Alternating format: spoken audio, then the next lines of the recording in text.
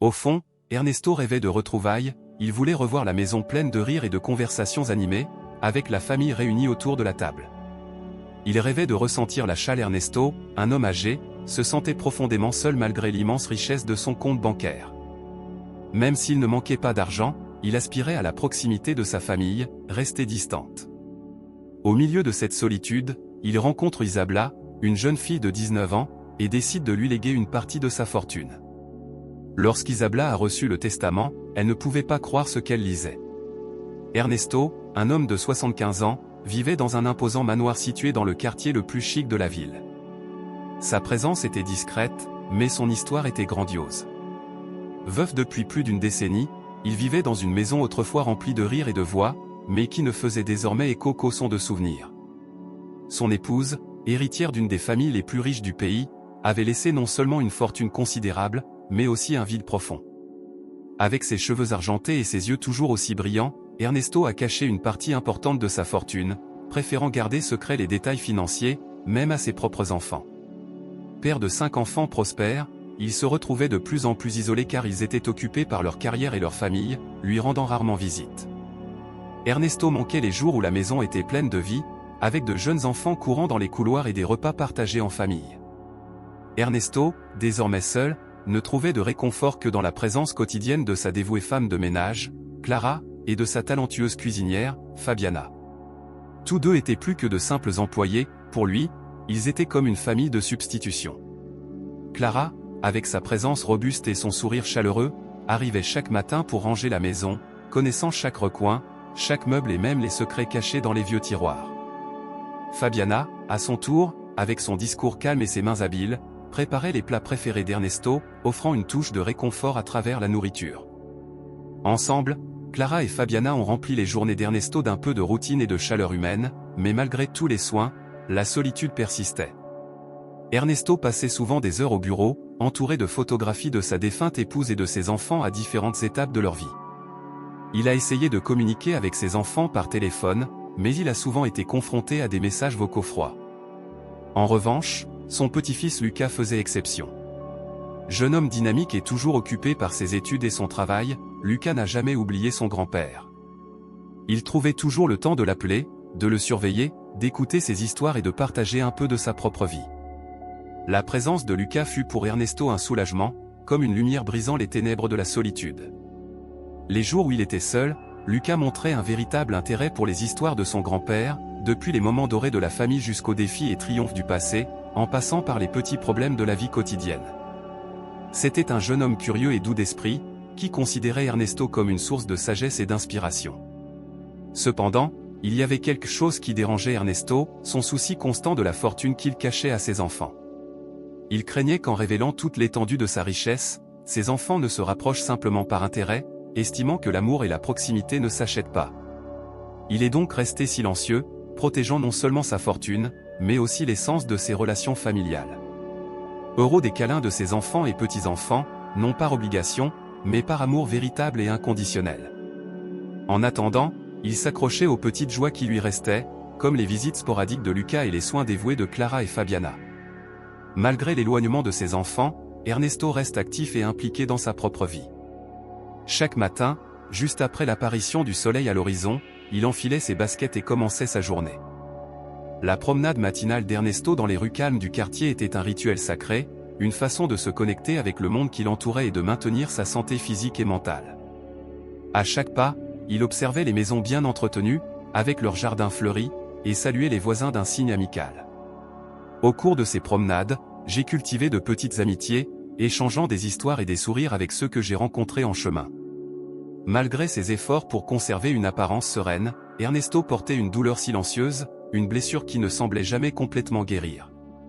Il s'est demandé ce qu'il avait fait de mal et ce qu'il aurait pu faire pour garder ses enfants proches. Malgré sa solitude, il refuse de céder au désespoir. Il maintenait une routine disciplinée, mangeait bien, cultivait ses intérêts personnels et cherchait toujours un lien avec le monde extérieur. Il assiste à des concerts de musique classique, où il trouve un réconfort temporaire dans la beauté des notes et l'harmonie des mélodies. Il se consacre également à la lecture, se plongeant dans des mondes de fiction qui le transportent au-delà des murs de sa maison solitaire. Cependant, C'était dans les moments les plus calmes que la solitude était la plus présente, se répercutant à travers les couloirs vides et les murs qui contenaient plus de souvenirs qu'il ne pouvait en supporter. Il trouve refuge dans son bureau, où les photographies de sa famille témoignent silencieusement du passé. Il observait les visages souriants de ses enfants lorsqu'ils étaient enfants, dans l'espoir de découvrir une explication à la séparation qu'il ne comprenait pas. Malgré tout, Ernesto n'a jamais perdu espoir. La flamme de l'amour familial brûlait toujours dans son cœur, le réchauffant lors des nuits les plus froides.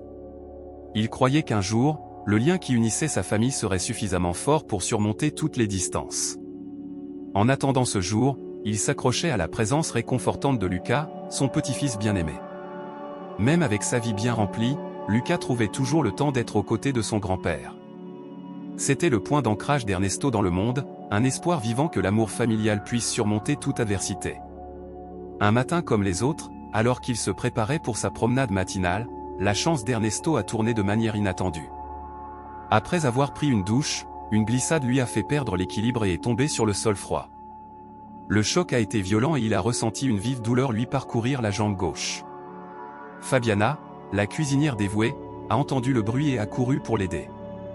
Avec attention et amour, elle le regarda se lever, mais il était clair que quelque chose n'allait vraiment pas. Ernesto ressentait une douleur intense à la cheville et la simple idée d'essayer de bouger était insupportable. Se déplacer est devenu une tâche presque impossible. L'air inquiet, Fabiana n'a pas hésité à aider Ernesto à s'asseoir et a immédiatement appelé une ambulance. À l'hôpital, Ernesto a subi une série de tests et le diagnostic n'a pas été aussi alarmant qu'on le craignait, il venait de se fouler la cheville. Cependant, la chute et la douleur sont un douloureux rappel de sa fragilité, tant physique qu'émotionnelle. Le cœur lourd, Ernesto a décidé d'informer sa famille de ce qui s'était passé. Il a appelé chacun de ses enfants, essayant de cacher l'inquiétude dans sa voix.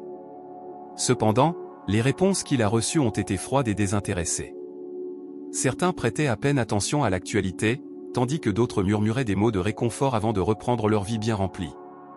Ernesto se sentait impuissant et abandonné, et la solitude semblait presque palpable, l'étouffant lentement. Il se demandait où il s'était trompé et pourquoi ses propres enfants semblaient si distants et indifférents. La douleur physique se mêlait désormais à la douleur émotionnelle, formant un fardeau insupportable sur ses épaules fatiguées. Le même après-midi, la porte de la chambre d'hôpital s'ouvrit et Lucas entra précipitamment. Son visage était pâle et ses yeux montraient une véritable inquiétude. Il avait quitté son travail pour s'installer là-bas, et la présence de son petit-fils apportait un certain soulagement à Ernesto, désolé. Dès qu'il reçut la nouvelle, Lucas laissa tous ses engagements de côté et courut voir son grand-père. En trouvant Ernesto allongé dans son lit, avec une expression fatiguée, Lucas s'est rapidement approché et lui a tenu la main. « Grand-père, comment vas-tu ? As-tu très mal ? As-tu besoin de quelque chose ?» demanda Lucas, l'anxiété évidente dans sa voix. Ernesto essayait de sourire calmement, malgré la douleur à la cheville et la solitude qui l'accompagnait. « Je vais bien, mon garçon. C'était juste une frayeur. Ma cheville me fait un peu mal, mais les médecins m'ont déjà donné des médicaments. J'irai bientôt mieux. » Lucas poussa un soupir de soulagement, mais il ne put s'empêcher de remarquer la tristesse dans les yeux de son grand-père. « Je resterai ici avec toi ce soir. Ne t'inquiète de rien, je prendrai soin de toi. » La présence de Lucas a apporté un immense réconfort à Ernesto, qui s'est senti accueilli et aimé.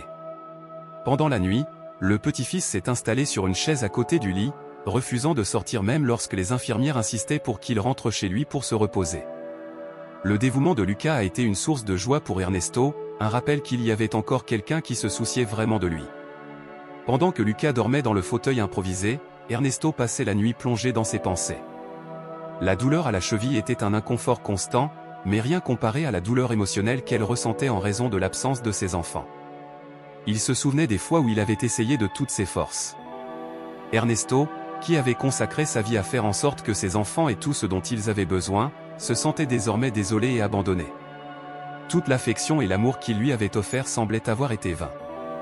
Cependant, dans cette chaise à côté de son lit, Lucas représentait l'espoir et la raison de continuer à se battre. Il était la preuve que l'amour existait toujours, même s'il n'était concentré que sur un seul membre de la famille. Ernesto a compris qu'il ne pouvait pas changer le passé ni modifier le comportement de ses enfants, mais il a décidé de valoriser et d'entretenir la relation spéciale qu'il entretenait avec Lucas. La nuit à l'hôpital a été longue et solitaire pour lui. Pendant que Lucas dormait sur la chaise voisine, Ernesto regardait la porte, espérant qu'un de ses autres enfants apparaisse. Il avait envie d'un visage familier et d'une voix qui pourrait lui apporter du réconfort, mais la porte restait fermée et déserte. Dans un moment de faiblesse, quelques larmes s'échappèrent des yeux d'Ernesto, reflétant le poids de la solitude et du rejet qu'il ressentait. Cependant, en regardant Lucas, qui dormait inconfortablement dans le fauteuil, il essuya ses larmes et trouva de la force dans sa gratitude.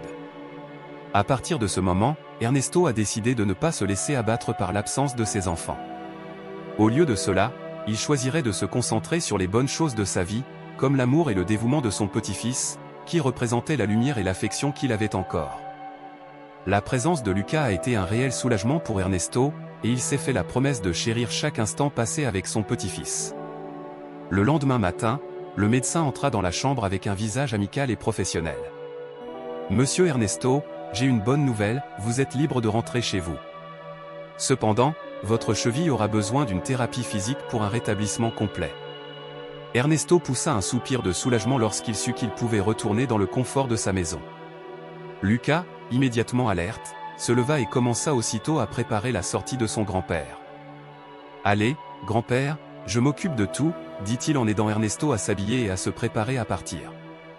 Ensemble, ils quittèrent l'hôpital et retournèrent dans l'imposante résidence d'Ernesto. Lorsqu'il arriva chez lui, Cled et Fabiana étaient à la porte, visiblement anxieuses et soulagées de le revoir. « Dieu merci, tu vas bien » s'est exclamé Cled, tandis que Fabiana, les larmes aux yeux, serrait affectueusement Ernesto dans ses bras. Ernesto sourit à ses employés et amis dévoués, les remerciant « Merci, mes chéris. Je vais mieux grâce à vous et Lucas. » Dès qu'il reçut la nouvelle, Lucas laissa tous ses engagements de côté et courut voir son grand-père. En trouvant Ernesto allongé dans son lit, avec une expression fatiguée, Lucas s'est rapidement approché et lui a tenu la main. « Grand-père, comment vas-tu? As-tu très mal?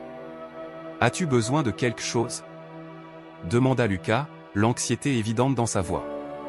Ernesto essayait de sourire calmement, malgré la douleur à la cheville et la solitude qui l'accompagnait. « Je vais bien, mon garçon. C'était juste une frayeur. Ma cheville me fait un peu mal, mais les médecins m'ont déjà donné des médicaments. J'irai bientôt mieux. » Lucas poussa un soupir de soulagement, mais il ne put s'empêcher de remarquer la tristesse dans les yeux de son grand-père. « Je resterai ici avec toi ce soir. Ne t'inquiète de rien, je prendrai soin de toi. » La présence de Lucas a apporté un immense réconfort à Ernesto, qui s'est senti accueilli et aimé.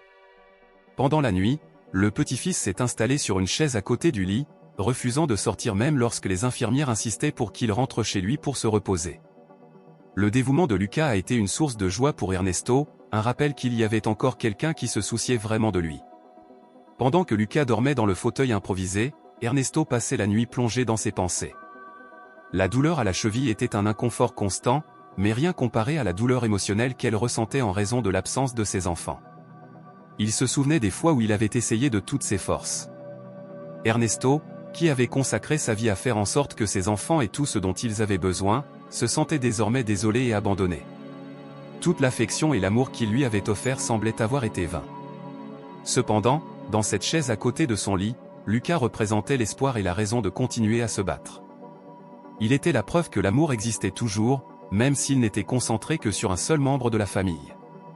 Ernesto a compris qu'il ne pouvait pas changer le passé ni modifier le comportement de ses enfants, mais il a décidé de valoriser et d'entretenir la relation spéciale qu'il entretenait avec Lucas. La nuit à l'hôpital a été longue et solitaire pour lui. Pendant que Lucas dormait sur la chaise voisine, Ernesto regardait la porte, espérant qu'un de ses autres enfants apparaisse. Il avait envie d'un visage familier et d'une voix qui pourrait lui apporter du réconfort, mais la porte restait fermée et déserte. Dans un moment de faiblesse, quelques larmes s'échappèrent des yeux d'Ernesto, reflétant le poids de la solitude et du rejet qu'il ressentait. Cependant, en regardant Lucas, qui dormait inconfortablement dans le fauteuil, il essuya ses larmes et trouva de la force dans sa gratitude.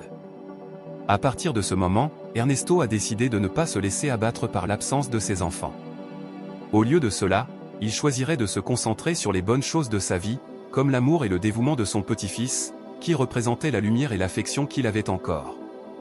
La présence de Lucas a été un réel soulagement pour Ernesto, et il s'est fait la promesse de chérir chaque instant passé avec son petit-fils. Le lendemain matin, le médecin entra dans la chambre avec un visage amical et professionnel. Monsieur Ernesto, j'ai une bonne nouvelle, vous êtes libre de rentrer chez vous.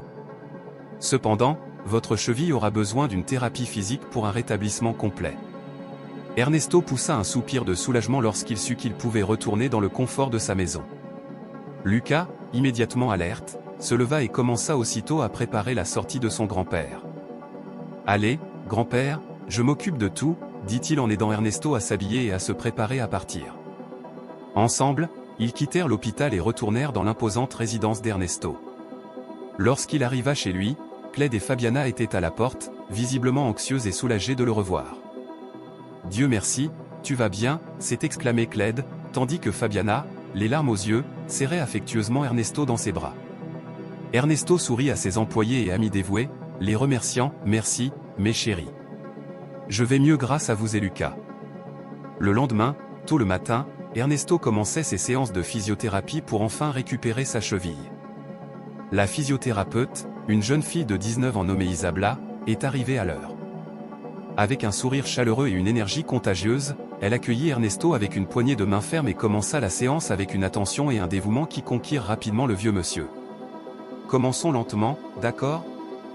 Je veux m'assurer que vous vous sentez à l'aise et en sécurité », a-t-elle déclaré après s'être présentée. Ernesto hocha la tête, se sentant plus optimiste. Immédiatement à l'aise avec la jeune femme, Ernesto a commencé à s'ouvrir lors de la séance de kinésithérapie. Isabella, avec son énergie vibrante et son sourire constant, a posé des questions enthousiastes sur la vie du vieil homme, montrant un véritable intérêt pour ses expériences et ses histoires. La conversation s'est déroulée facilement et Ernesto s'est senti à l'aise pour partager des moments importants de sa carrière, de sa jeunesse à son amour pour sa défunte épouse et aux défis qu'il a dû relever pour élever ses enfants. Pendant une pause, Isabella a commenté « Vous avez une maison magnifique, monsieur Ernesto. J'admire vraiment les détails de la décoration, tout est si accueillant et élégant. » Ernesto sourit fièrement et répondit « Merci, Isabella. Ma femme avait un goût raffiné et prenait soin de chaque détail. Aujourd'hui, la maison est un rappel constant de son amour et de son dévouement. » Les jours suivants, Isabella a continué à diriger les séances de physiothérapie avec dévouement, renforçant ainsi le lien entre elles. Elle mettait toujours un point d'honneur à poser des questions sur les intérêts, les passions et les rêves d'Ernesto. À son tour, Ernesto a profondément apprécié l'entreprise et l'opportunité de partager ses histoires et sa sagesse. Au cours d'une conversation, Isabella a suggéré « Monsieur Ernesto, avez-vous déjà pensé à écrire un livre sur votre vie ? Vos histoires sont vraiment fascinantes. » Au cours d'une des séances, Isabella a suggéré avec enthousiasme « Avez-vous déjà pensé à écrire un livre sur votre vie ? Vos histoires sont fascinantes. » Ernesto rit et secoua la tête, surpris par cette idée. « Je n'y avais jamais pensé, mais c'est une suggestion vraiment intéressante. Qui sait, peut-être qu'un jour, avec votre aide, je pourrai mettre ces histoires sur papier. » Isabella a souri avec enthousiasme et a répondu « J'aimerais aider. Je suis sûr que beaucoup de gens seraient inspirés par votre voyage. » Les séances de physiothérapie sont devenues un moment spécial pour Ernesto, non seulement en raison de son amélioration physique, mais aussi en raison de son lien grandissant avec Isabella. Elle a apporté une nouvelle lumière à sa routine, quelque chose dont il ne savait pas qu'il manquait jusque-là. Lucas, en remarquant le changement chez son grand-père, a commenté « Je vois que la physiothérapie te fait du bien et il semble que tu as trouvé une grande amie en Isabella. » Ernesto sourit à son petit-fils et répondit « Oui, Lucas, Isabella est une charmante jeune femme. Elle me rappelle qu'il y a encore beaucoup de choses à vivre et à combattre. Ces visites sont un véritable soulagement pour mon âme solitaire. » Avec le soutien constant de Lucas et le dévouement d'Isabella, Ernesto a commencé à voir sa vie sous un nouvel angle.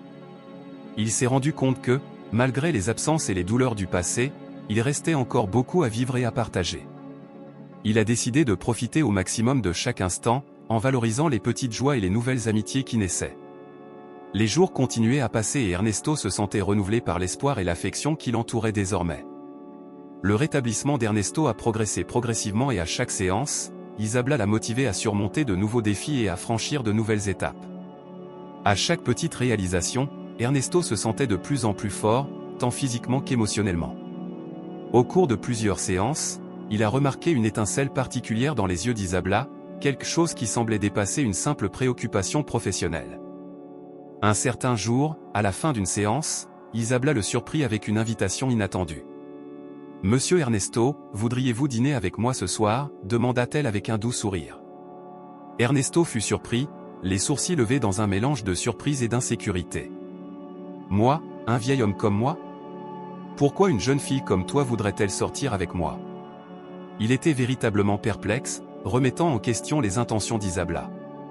Avec un sourire encore plus affectueux et un regard plein de compréhension, Isabella répondit, même si le corps vieillit, l'esprit reste toujours jeune, monsieur Ernesto. Votre âme est vibrante, pleine d'histoire et de sagesse. J'aimerais passer du temps avec en dehors du milieu professionnel, donner une chance au bonheur. Les paroles sincères d'Isabella ont profondément touché Ernesto. Il n'avait jamais envisagé cette possibilité, mais après une brève pause, il se sentit réchauffé par sa gentillesse et son invitation. Très bien, Isabella, j'accepte votre invitation. Ce soir-là, ils se rendirent dans un restaurant chaleureux et la rencontre marqua le début d'une nouvelle et spéciale amitié. Ernesto portait un costume élégant qu'il n'avait pas porté depuis des années, tandis qu'Isabella brillait dans une robe simple mais sophistiquée. Pendant le dîner, la conversation s'est déroulée naturellement, pleine de rires et d'histoires partagées, révélant une véritable connexion entre eux.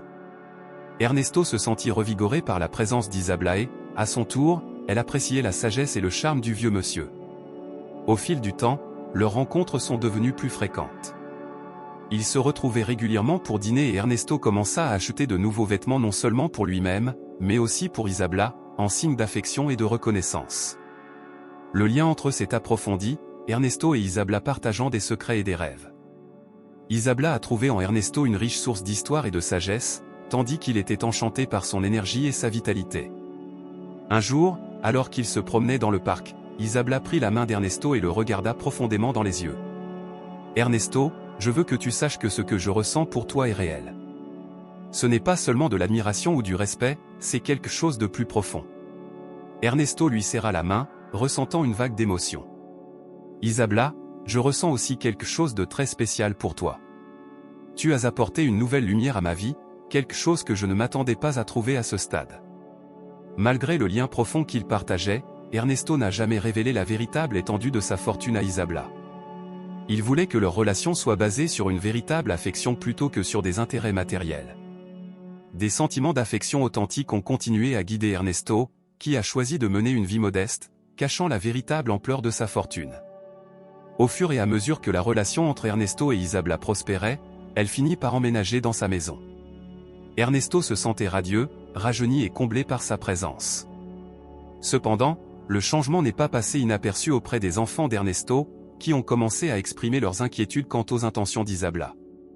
Un par un, les enfants ont recherché Isabella, soulevant des doutes quant à savoir si son intérêt était réel ou si elle était simplement concentrée sur la fortune de son père. Ernesto, ferme dans sa décision, a défendu l'amour qu'il ressentait pour Isabella et son choix de l'avoir à ses côtés. Même s'il souhaitait profondément que son grand-père trouve le bonheur, Lucas se retrouvait déchiré. D'une part, il a observé la joie qu'Isabella apportait à la vie d'Ernesto, d'un autre côté, il comprenait les inquiétudes des membres de la famille face à la situation. Au fil des mois, Ernesto réalisa l'inconfort et la tension que sa relation avec Isabella provoquait dans sa famille. Il comprenait leurs inquiétudes, mais sa foi dans l'amour qu'il partageait avec Isabella restait ferme. Un certain jour, Ernesto décida d'appeler Lucas pour une conversation franche. Pour une conversation importante, Ernesto et Lucas se sont assis dans le salon. Ernesto regarda son petit-fils avec une expression sérieuse et prit une profonde inspiration avant de parler. Sa voix tremblait un peu, mais il continua avec détermination. « Lucas, il y a quelque chose que je dois te dire, et cela pourrait choquer tout le monde. » Lucas ouvrit grand les yeux, surpris et curieux, sans s'attendre à la révélation. « Allez-vous vendre la maison ? » ?»« Mais pourquoi, grand-père ?» demanda Lucas, confus. Ernesto poussa un profond soupir, sentant le poids du secret qu'il portait. « Je ne peux plus garder cette maison. Je ne peux plus maintenir le style de vie que nous avons ici. Je suis fauché. » Lucas était abasourdi par la nouvelle. Même s'il savait que la fortune de son grand-père était importante, il n'avait jamais imaginé qu'elle était en danger. Il resta silencieux un moment, absorbant la gravité des paroles de son grand-père. Puis, prenant une décision, il s'approcha d'Ernesto et lui tint la main. « Grand-père, quoi qu'il arrive, je serai à tes côtés. Je vais vous aider avec tout ce dont vous avez besoin. Viens vivre avec moi et ne te soucie pas de l'argent. » « Merci, Luc. » Je ne sais même pas comment vous remercier, répondit Ernesto ému. Quelques jours plus tard, Lucas décide d'affronter directement la situation. Il a envoyé un message simple mais significatif au groupe familial qui ne manquera pas d'avoir un impact. Astérisque astérisque impact profond astérisque astérisque, Ernesto a pris la décision de vendre sa maison et de déménager dans l'appartement de Lucas, car il n'avait plus de ressources financières. La nouvelle s'est répandue rapidement et bientôt tous les membres de la famille sont arrivés chez Ernesto, avec des expressions de choc et d'inquiétude. Les 5 enfants d'Ernesto l'entouraient et exigeaient des éclaircissements. « Papa, qu'est-ce qui se passe ? Pourquoi vendez-vous la maison ?» demanda le fils aîné. Ernesto prit une profonde inspiration, se préparant à révéler la douloureuse vérité. « Les enfants, je suis fauché. Tout l'argent que ta mère m'a laissé a disparu. » Un lourd silence envahit la pièce, interrompu seulement par les soupirs surpris des enfants. Ils regardèrent leur père avec incrédulité, incapables de comprendre la situation. « Que veux-tu dire, papa ? Comment est-ce arrivé ?» demanda la plus jeune fille. Ernesto baissa les yeux, sentant la honte et la tristesse lui briser le cœur. « Je n'ai pas fait attention à l'argent. J'ai dépensé plus que ce que j'aurais dû et j'ai investi dans des choses qui n'ont pas fonctionné. Maintenant, je n'ai plus rien. » La révélation a été un coup dévastateur pour la famille, la laissant stupéfaite et désorientée. Ils surveillaient la maison, qui avait toujours été un symbole de sécurité et de stabilité, sur le point d'être vendue. La réalité se concrétisait devant eux. À mesure que la réalité s'installait, la famille d'Ernesto commençait à réaliser que leur vie était sur le point de changer radicalement. Ernesto, avec un regard plein de regrets et de frustration, faisait face à ses enfants avec un mélange de tristesse et d'indignation. « Tu es ici maintenant, exigeant une part de la maison, mais où étais-tu quand j'avais le plus besoin de toi ? Pendant le temps que j'ai passé à l'hôpital, luttant pour récupérer, seul Lucas était à mes côtés. Tu n'as pas pris un seul pas vers moi, ils ne m'ont pas rendu visite, ils ne se souciaient pas de savoir comment j'allais. Et maintenant, que je vends la maison pour survivre, tout le monde se présente pour vouloir une part. » L'atmosphère devint lourde avec le silence qui suivit, la vérité dans les paroles d'Ernesto planant comme une ombre sur toutes les personnes présentes. Ces enfants, gênés, baissaient les yeux, sentant le poids des paroles de leur père. Le fils aîné fut le premier à briser le silence, la voix pleine de regret. « Père, nous avons commis une erreur. Nous n'avons pas réalisé à quel point tu souffrais et à quel point tu avais besoin de nous. S'il te plaît, pardonne-nous. » Ernesto soupira, touché par la sincérité et l'amour qui existaient encore entre eux, malgré les difficultés passées. Avec un lent hochement de tête, il répondit « Je vous pardonne, mes enfants.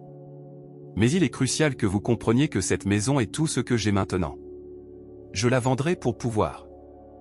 Vivez dignement et j'espère que nous pourrons trouver un moyen d'avancer ensemble, en famille, » a déclaré Ernesto, la voix pleine d'émotion. Ses enfants ont accepté, s'engageant à soutenir leur père du mieux qu'ils pourraient. Ils reconnaissaient les erreurs qu'ils avaient commises et étaient déterminés à corriger leurs échecs. Le cœur lourd, ils ont dit au revoir à Ernesto, en promettant de revenir bientôt pour l'aider dans la transition vers cette nouvelle phase de sa vie. Alors que la famille se dispersait, Isabella, qui avait tout observé de loin, s'approcha avec une expression inquiète. « Ernesto, que se passe-t-il ? Pourquoi ne m'en as-tu pas parlé plus tôt ?» Ernesto soupira, se sentant coupable de ne pas avoir partagé la vérité avec Isabella plus tôt. « Isabella, je ne voulais pas que tu t'inquiètes. J'essayais de te protéger, toi et notre relation. Mais maintenant, ça ressemble à ça. » Elle posa une main douce sur son visage, le regardant tendrement. « C'est bon, Ernesto. L'avenir est incertain, et ce qui compte c'est la manière dont nous affrontons le présent. » Le lendemain, alors qu'il pliait soigneusement ses vêtements, Ernesto reçut un message d'Isabella sur son téléphone. Alors qu'il lisait le contenu, son expression devint perplexe et ses yeux s'écarquillèrent alors qu'il absorbait les mots.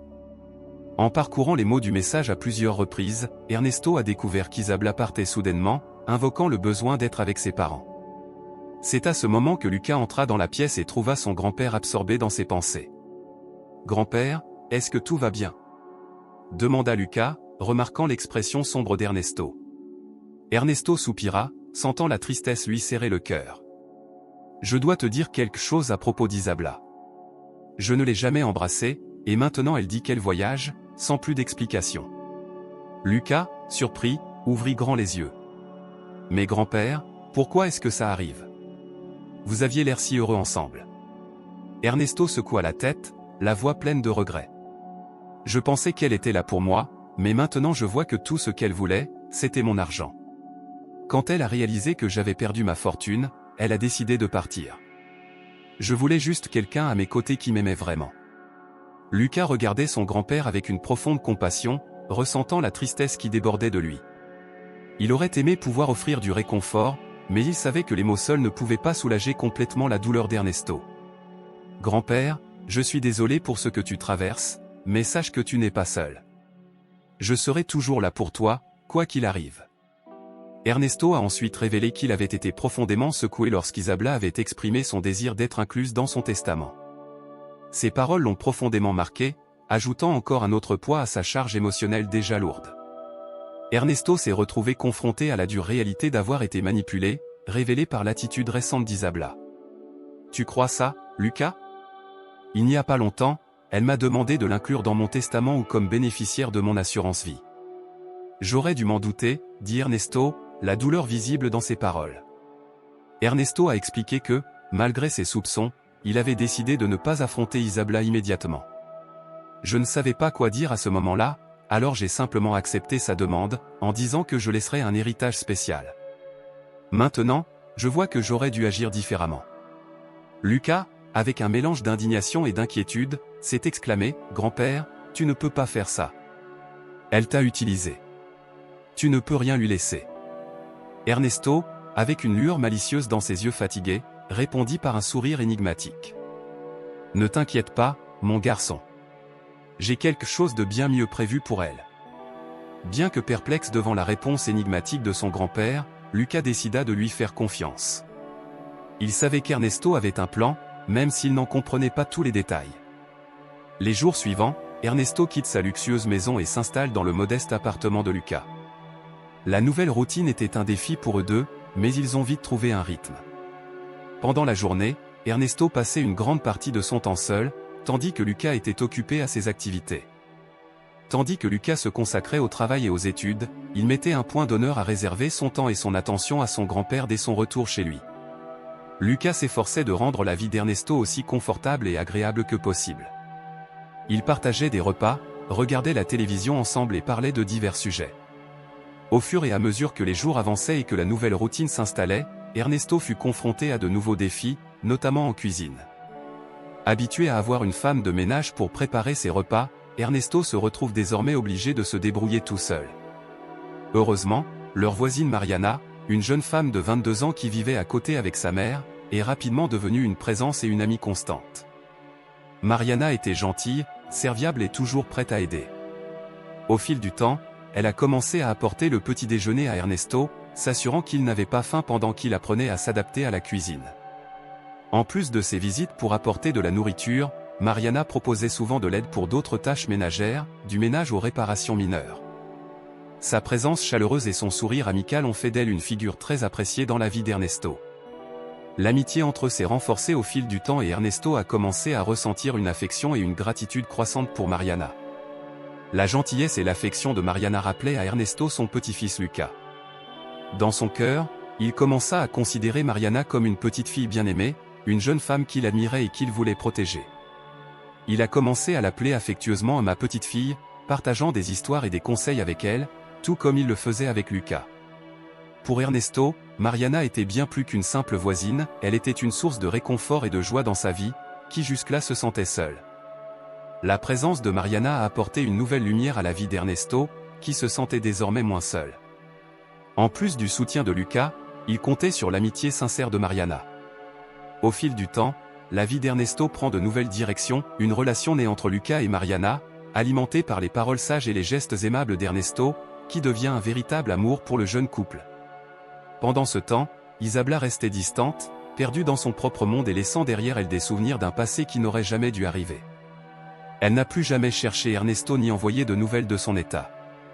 Au fil des années, l'âge a commencé à faire des ravages sur Ernesto, laissant des marques visibles sur son corps et son esprit.